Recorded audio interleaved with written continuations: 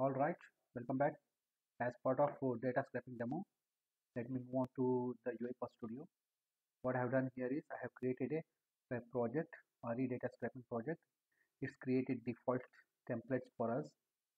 So first, we need to show a prompt for user to select the types like fruits, recipe for fruits, or meat, or vegetables. For that, what I have done is I just created sequence since we are going to modelize all the activities. So I created a sequence for user input. In that, we need to add our activities. So sequence input for user, example, I have added. Since we need to provide a prompt for user or dialog for user, we need to add the input dialog. So what I will do, just I'll drag and drop input dialog over here. So dialog title, I'll put recipe or recipe, or I'll put input dialog, input from user. I'll just put label, put please select one from the below. This should be multi-choice because we are providing multiple options to you. Go to properties of activity, add options over here. In options, you should provide array of string. So I'll put first fruits, okay, and then separated with comma vegetables, okay, and comma I'll put meat.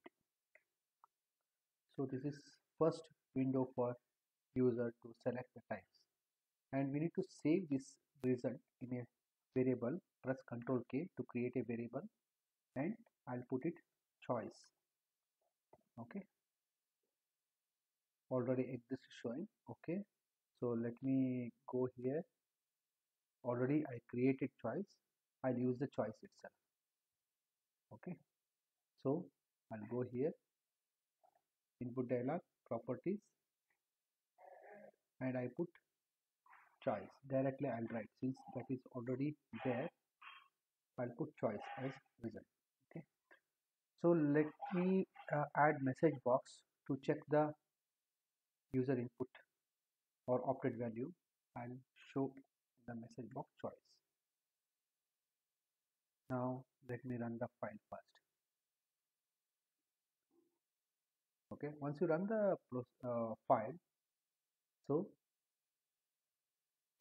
we got the prompt for user, like I'll opt fruits. Yes, I got the opted value fruits. Perfect.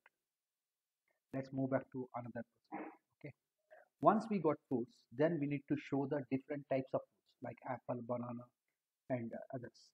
So for that, again we have to add one more input dialog. Before that, since there are multiple choice, like if we select fruits, then we have to show the subcategory of fruits. If we select meat, then we have to show the chicken, mutton, etc. And vegetables, then we have to show different types of vegetables. So for that, we need to add one switch over here.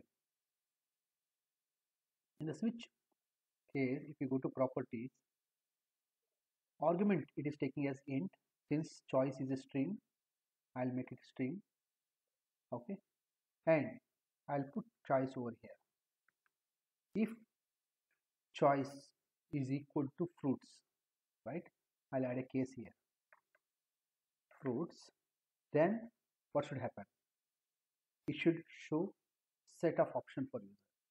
So again, drag and drop uh, input dialog over here, and put here again title, whatever is required, sub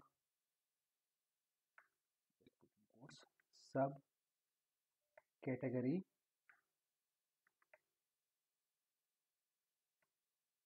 okay, label, again please select one from the below. Okay, again it is a multi choice, put multi choice.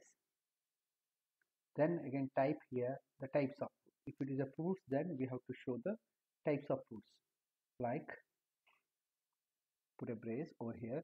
Start with apple. I'll just put caps apple, and then banana, etc. I'll just put 3 only. Okay, grapes. We are done. So once user selected from the second window, we have to save it again. Already created, I think, one sub choice. I'll put sub choice as the result. Okay, so we are done. To again check for this, I'll put again one message box. Okay, I'll put over here, and I'll show the sub choice.